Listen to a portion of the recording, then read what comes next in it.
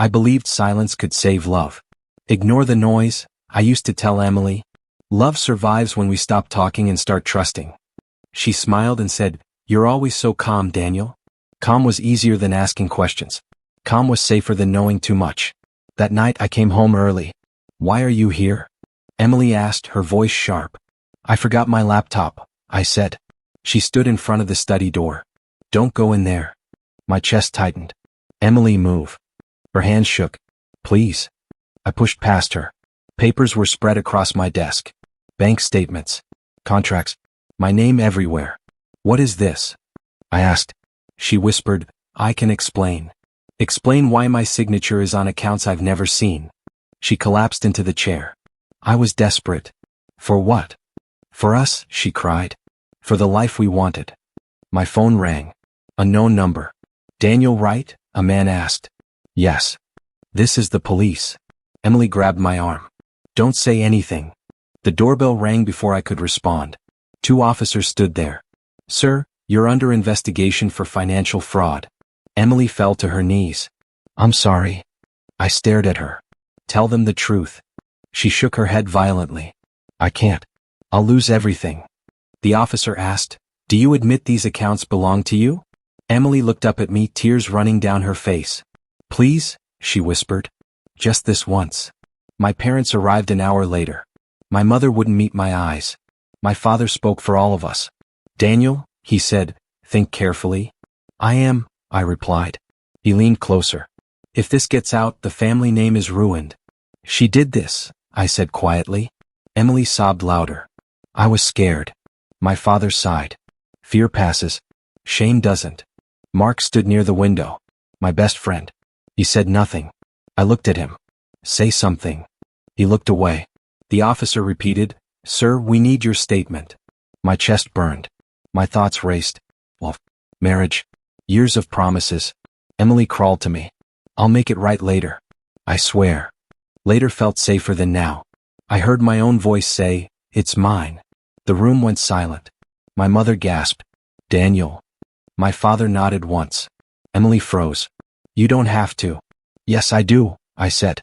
The officer asked, "You're confessing?" I swallowed. "Yes." Handcuffs clicked around my wrists. Emily screamed my name. "I'll wait for you," she cried. Mark finally spoke. "I'm sorry."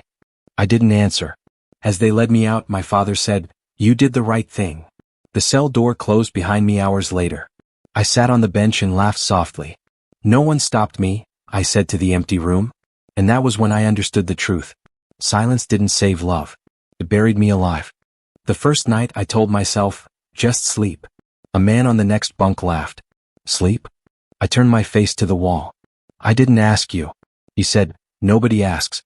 We just talk so we don't break." I broke anyway. In the morning, a guard shouted my number.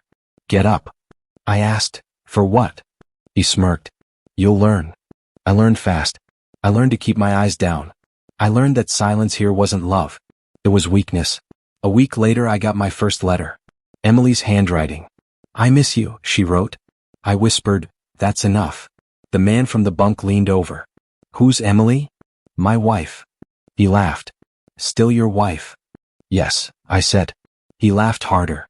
"That won't last." His name was Jason. He spoke like he enjoyed cutting people open. "You here for loyalty?" he asked. "For love," I replied. He shook his head. "Same mistake." Emily wrote every week at first. "I'm waiting," she said. I wrote back. "I'm fine." Jason read over my shoulder once. "You lying to her or to yourself?" "To her," I said. He tapped the paper. "Then you're already alone." My parents visited once a month. My father said, "Be strong." My mother cried quietly. Then visits became excuses. Then silence. I asked a guard, "No visitors today?" He checked the list. "None for you." I nodded like it didn't matter. Jason watched me that night. "They stopped coming," he said. "It's not personal." "It feels personal." He smiled. "Good. Pain teaches faster." Months passed. Emily's letters came late, then shorter. "I'm busy," she wrote. I told Jason, "She's trying." He snorted. "She's moving on." One night I yelled, "You don't know her." He stepped closer. "I know people." I punched the wall instead of him. Later he handed me ice. Why did you confess? He asked. Because I loved her. He laughed softly. You loved the idea of being needed. I stayed quiet. Rumors came from new inmates. Your wife doing great, one said. New car. New house. Another added, that Mark guy? Big deal now. I asked, how do you know? They shrugged. News travels. The injustice burned. I wanted to scream. Instead I said nothing. Jason noticed. You're good at swallowing fire, he said. I don't want trouble. You already chose trouble. At night I replayed Emily's voice. Just this once. I whispered back, I did. I remembered promises. Forever. Trust. Sacrifice. Jason interrupted my thoughts. You regret it yet? No, I lied. He leaned back. Lies rot. Weeks later no letter came. Then another week. I stared at the empty slot. Jason asked, still waiting? I said, she's busy. He replied, or she's free. That word hurt more than prison. I sat on my bunk and said it out loud finally. I ruined myself for her. Jason looked at me carefully. No, he said. You made yourself easy. I laughed without humor. I thought I was brave. He shook his head.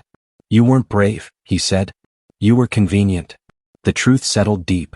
I didn't fight it. Time stopped feeling real. How long you got left? Jason asked me one morning. 2 years, I said. He nodded. Then stop wasting them. I'm not, I replied. You're still waiting, he said. That's wasting. I didn't answer. I stopped writing to Emily after that. My pen hovered once, then I folded the paper blank. Jason noticed. You finally tired? I'm done hoping, I said. He smiled. Good. Hope makes weak men patient. Days blended together. I worked in the laundry room. I studied old books. I watched how men lied, how guards listened, how power shifted quietly. Jason asked, you planning revenge? No, I said. He raised an eyebrow. I'm planning survival. That answer pleased him. One afternoon a guard called my name. You got mail. I took the envelope. No handwriting. Just paper inside. Jason leaned over. What is it? I read the first line. Divorce, I said. He waited. She signed everything, I added. No letter, he asked. No apology. He nodded slowly. Clean cut. I stared at the page. I thought it would hurt more, I said. Jason said, it hurts deeper when it's quiet. I expected anger. I expected tears. Instead, something went numb and stayed there. That night, Jason asked, still love her? I thought about it. I don't know, I answered. That means no, he said. I folded the papers carefully. I carried her sin, I said. And she dropped you, he replied. Yes. So what now? I stopped waiting, I said. From then on, I changed small things. I woke earlier. I spoke less. I listened more. I learned which men meant what they said. I learned which smiles hid fear. Jason tested me often. You miss her? No. You lying? No. He studied my face. You're empty. I'm focused, I corrected. Months passed faster. My release date came closer. Jason asked, scared? No. Excited? No. He laughed. That's balance. I got another visit notice. My parents didn't come. I didn't ask why. One night, Jason said, you ever going to forgive them? Who? All of them. I don't need to, I replied. He smiled. That's stronger than hate. I kept studying. Business manuals. Law basics. Human behavior. I stopped seeing myself as a victim. I saw myself as a man who made a bad choice and lived through it. Jason said, you've changed. I had to, I said. For her? For me? That answer surprised even me. The final month arrived quietly. Jason asked, what's the first thing you'll do outside? Breathe, I said. He nodded. Second. Walk forward. No looking back? No begging, I said. The night before release, Jason sat across from me. You learned the lesson? Yes. Say it. I looked at the bars. Love without respect is a cage, I said. He smiled wide. You're ready? When the door opened the next morning, I felt nothing rush inside me. No joy. No fear. Just calm. I stepped forward without waiting.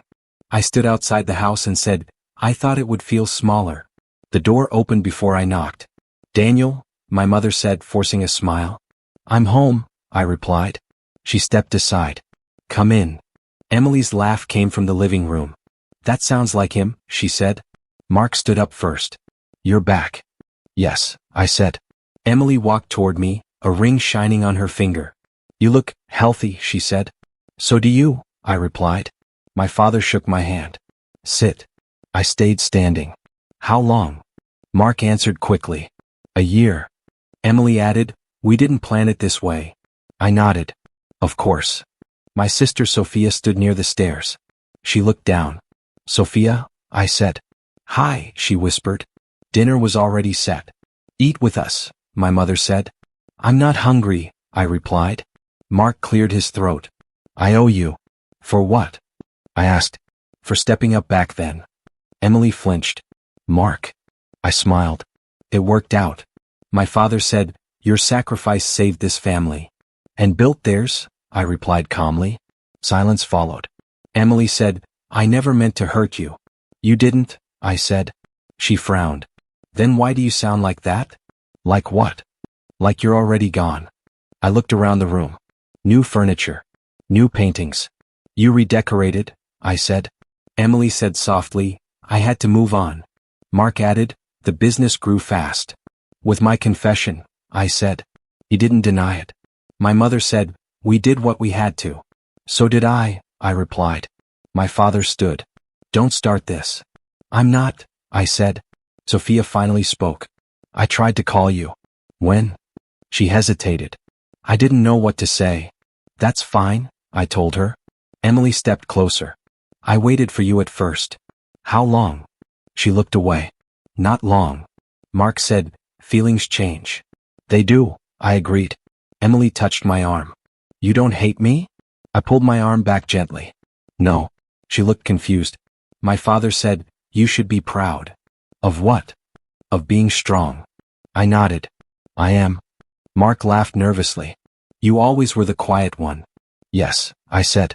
Emily asked, where will you go now? Anywhere, I replied. You can stay, my mother said quickly.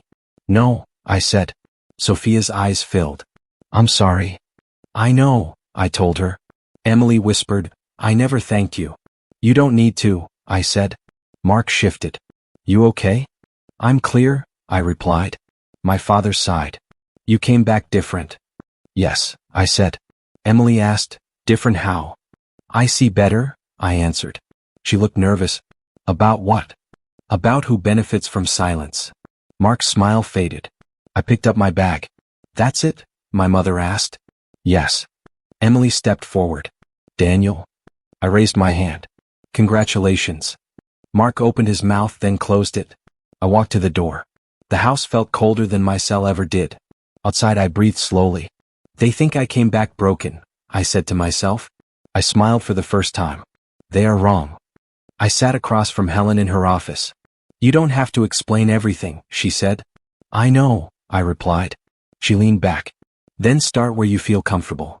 I need guidance, I said. You're not here for revenge? No, I said quickly. I want clarity. She nodded. Then we'll start there. Weeks passed. I met with her regularly. I explained pieces of my past and she listened without judgment. You've carried too much, she said one day. I know, I replied. You should reclaim what's yours, she said softly. I smiled faintly. I'm learning. Detective Cole called unexpectedly. Mr. Wright. Yes. I'm reopening old cases. Mind if I ask questions? Go ahead, I said. He didn't know I was already tracking everything quietly, observing. Olivia appeared next. Daniel, she said. Olivia, I replied. You look different, she added. I've changed, I said. She studied me. You carry it well. I've stopped carrying it for others, I said. We walked through the park. Do you still think about them? She asked. Sometimes, I admitted. Do you hate them? No, I said. Her eyebrows rose. You're serious? Yes, I said. I want power without shouting. Influence without anger. She smiled. That's rare. I began checking Mark's business quietly. Reports, audits, small inconsistencies. I never called attention to myself. Everything all right? Helen asked. Yes, I said. I see you watching quietly, she noted. I've learned patience, I said. Emily sent a message, nervous, asking if I'd met with anyone.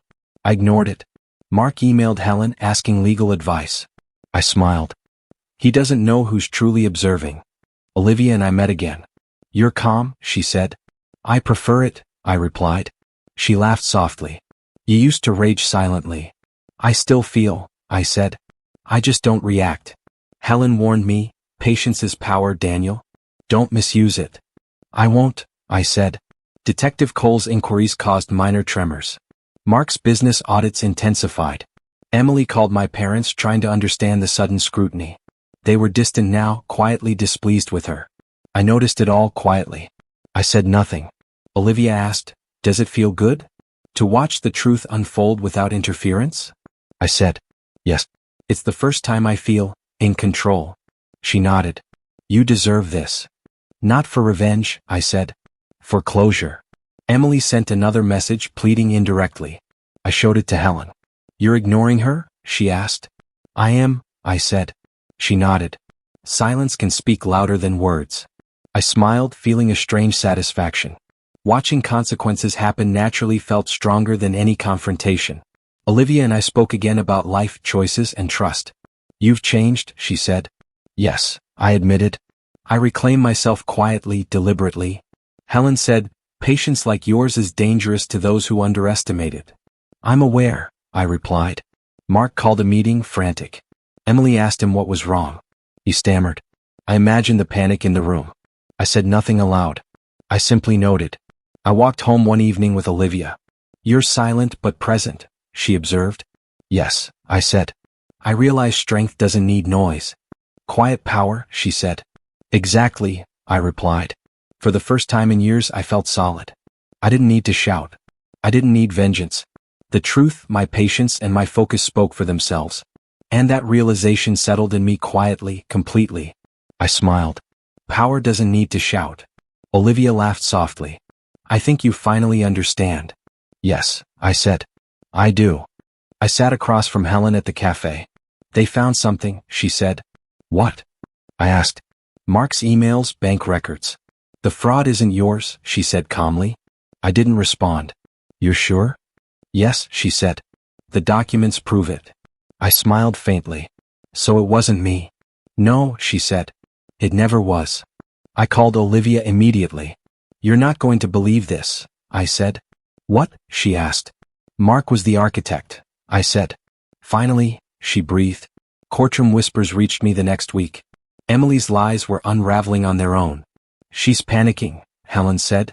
"I'm watching quietly," I said. My parents sat stiffly behind her. My father's face was pale. "They missed it," I said softly. "Missed what?" Helen asked. "Everything," I replied. Emily approached me after one hearing. "Daniel," she said, "why didn't you stop it?" I looked at her. "I already paid the price." "What do you mean?" "You used my silence to rise," I said. "I went to prison for a crime I didn't commit. Now it's your turn." Her eyes widened. You can't." I interrupted. "Documents don't lie, Emily. You built your life on my sacrifice." Tears ran down her face. I was scared. "I know," I said quietly. "I understand fear." Her hand shook. "Please, Daniel, explain. Why didn't you speak?" "I did speak," I said. To myself. "I accepted what I had to accept." "You learned nothing from my silence except how to profit." She choked on words. I'm sorry." "Sorry won't change the truth," I said. Mark tried to approach me. "Daniel." I shook my head. "Stay back." He faltered. I could see the panic behind his calm. My parents stared at me. My father's voice trembled. "Daniel, we didn't." "You didn't see," I said. "And now you won't fix it." Emily fell to her knees. "Please, don't leave me like this," she begged. I knelt slightly to meet her gaze. "I already left you when I went to prison," I said. Her sobs grew louder. "You can't just watch me fall." "I can," I said softly. "And I will. I've carried too much for too long to intervene in your downfall." Helen touched my arm. "It's over for them." I nodded. Quietly. "That's how it should be." The courtroom continued. Mark's company faced audits, suspensions, and public exposure. Emily's lies were dissected, her credibility destroyed. My parents whispered, realized too late. You think it hurts? Ellen asked. Not for me, I said. Only closure. Emily looked at me one last time. Daniel, why didn't you yell? Why didn't you attack? I smiled faintly. Because I didn't need to. Karma doesn't need noise. She wept silently. I turned to walk away. My father called, Daniel? I didn't answer. I stepped outside. The sunlight hit my face. I survived, I whispered. No cheers. No satisfaction in revenge. Only the calm weight of truth revealed. I glanced back once. Emily and Mark were trapped in consequences they had built themselves. I whispered again. I let the truth speak. And I walked forward. I met Sophia in the park. Daniel, she said softly. Sophia, I replied. She looked down. I'm glad you're back. I am too, I said. She hesitated. I never understood what happened. I don't expect you to, I said. But I'm here now. She smiled faintly. I missed you. I know, I said. We walked quietly. You forgive them? She asked. I shook my head. Not them. I forgive myself. Her eyes widened. Why? Because I let them define my life for years, I said. Now I won't. She nodded. Mom and Dad, they're sorry? I smiled faintly. I'll hear them, but I won't rush. Do you hate them? No, I said. I just don't need their approval to move forward. I felt lighter saying it. My parents called. My mother's voice trembled. Daniel, we're sorry. I hear you, I said. That's enough for now. My father added, we failed you. I know, I replied calmly. I want to make it right, he said. You can, I said. Quietly with actions, not words. They fell silent. Later, Olivia met me at the train station. Daniel, she said. Olivia, I replied. You seem free, she said. I am, I said. Calm, focused. Not because of them, but because of me. She smiled. I'm proud of you. Not proud, I corrected. Responsible. Finally responsible for myself. We walked slowly side by side. No rushing. No pretenses. You don't carry the past anymore, she said. No, I said. I carried it long enough. Now I walk forward. We passed children playing. I watched them, noticing freedom I hadn't felt in years. You changed, she said. Yes, I admitted. I stopped waiting for others. I stopped hoping for forgiveness I didn't need. I stopped disappearing for love that demanded silence. She nodded. You look at peace. I am, I said. Not because I won. Not because they lost. But because I reclaimed myself. She reached for my hand. And you'll keep walking? Yes, I said. Slowly, honestly, and on my terms. I thought of Emily, of Mark, of the years I spent carrying everything for them. I used to believe silence was strength, I said aloud. It's not, Olivia said softly. Sacrifice without respect, I continued, is just self-destruction. She squeezed my hand. I smiled faintly. I didn't return for revenge. Then why? She asked. To reclaim myself, I said. We walked into the sunset. I remembered the man I used to be, the one who vanished for love, who endured shame silently, who believed suffering equaled loyalty. I whispered to no one, he doesn't exist anymore. The weight of years lifted with each step. I am here, I said to myself, and I belong to no one but me. Olivia glanced at me. That's powerful. It feels normal, I replied. I stopped for a moment, looking back toward the life I left. Peace, I said softly. That's all I wanted. Nothing more. And for the first time I felt whole. No anger. No vengeance. No regrets, just clarity. I turned forward, hand in hand with Olivia, ready for everything yet expecting nothing. I finally let go, I whispered. And I walked on.